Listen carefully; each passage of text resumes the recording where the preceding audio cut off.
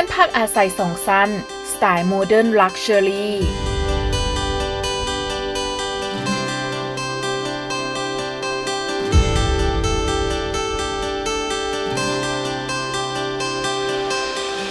ขนาด 16x11 เมตร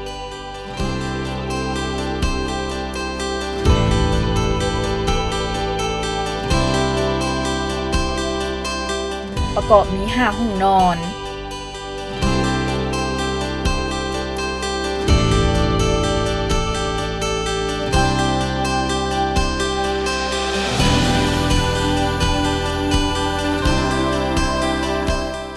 5 ห้องน้ำ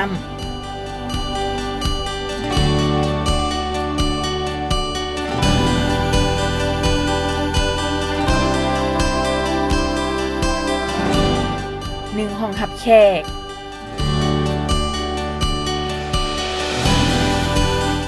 1 ห้องกินข้าว1 ห้องครัวทันสมัย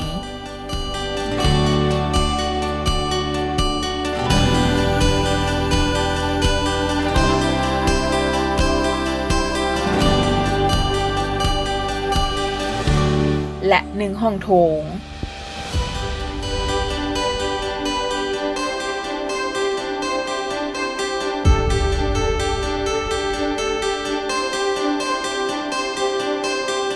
มีการตกแต่งภายในแบบทันสมัย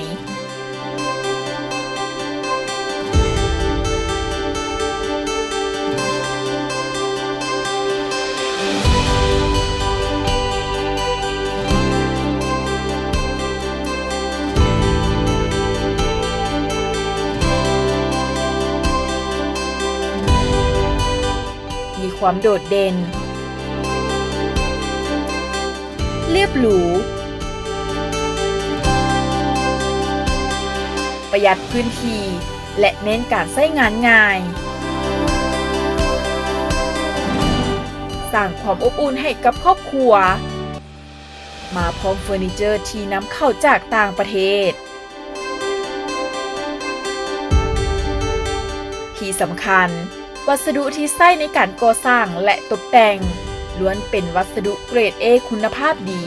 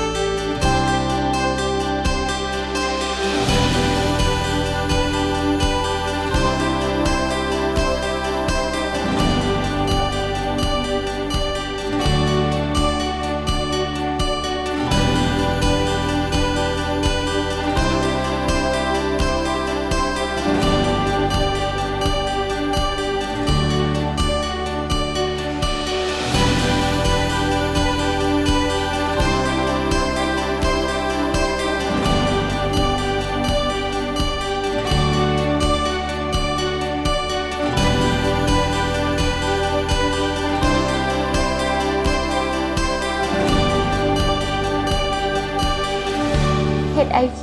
เข้าใจคิดเข้าใจสร้างเข้าใจทาน